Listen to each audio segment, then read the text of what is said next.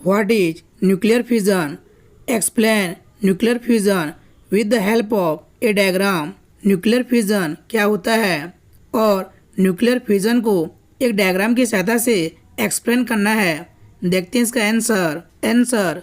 Nuclear fission is the process in which two lighter nuclei such as deuterium combine to form a heavier nucleus helium, releasing a very large amount of energy.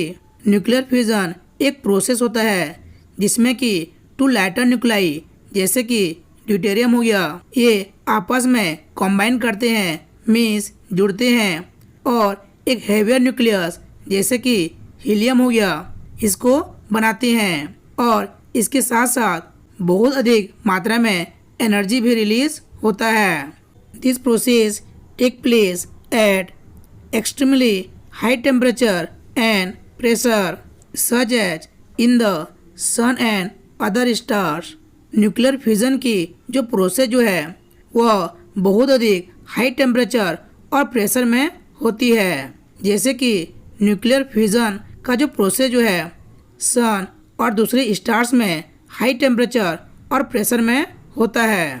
जैसे कि हम इस nuclear fission reaction में देख सकते हैं, यहाँ पे टू लाइटर न्यूक्लाई जैसे कि ड्यूटेरियम हो गया, ड्यूटेरियम हाइड्रोजन का ही आइसोटोप होता है जो कि हाई टेम्परेचर और प्रेशर में आपस में कंबाइन कर रहे हैं और इसके वजह से हेवियर न्यूक्लियस जैसे कि हीलियम हो गया यह बन रहा है और इसके साथ साथ एक न्यूट्रॉन भी बन रहा है और बहुत अधिक मात्रा में एनर्जी रिलीज हो रहा है। इस प्रकार से इस रिएक्शन में टू लाइटर न्यूक्लाई आपस में मिल रहे हैं, कंबाइन कर रहे हैं और एक हेवियर न्यूक्लियस बना रहे हैं। इसलिए हम इस रिएक्शन को न्यूक्लियर फिजन रिएक्शन कहते हैं।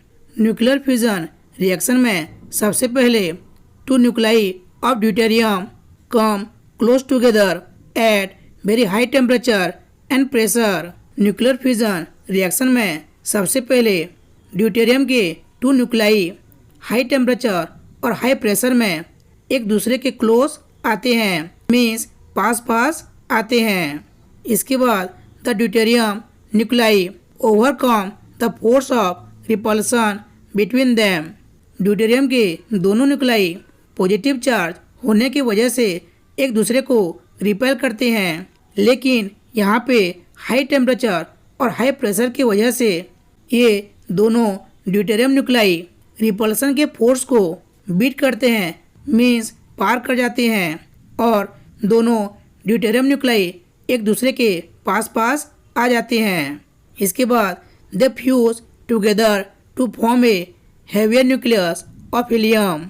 इसके बाद दोनों ड्यूटेरियम न्यूक्लाई आपस में फ्यूज हो जाते हैं, मीन्स मिल जाते हैं और एक हेवियर न्यूक्लियस जैसे कि हीलियम हो गया इसको बनाते हैं। जैसे कि हम इस डायग्राम में देख सकते हैं, यहाँ पे ड्यूटेरियम के टू न्यूक्लाई हाई टेम्परेचर और हाई प्रेशर में एक दूसरे के पास आ रहे हैं और फ्यूज होके मीन्स एक दूसरे से मिल के हीलियम जैसे हेवी न्यूक्लियस को बना रहे हैं। इसके बाद during the fusion process one neutron is release.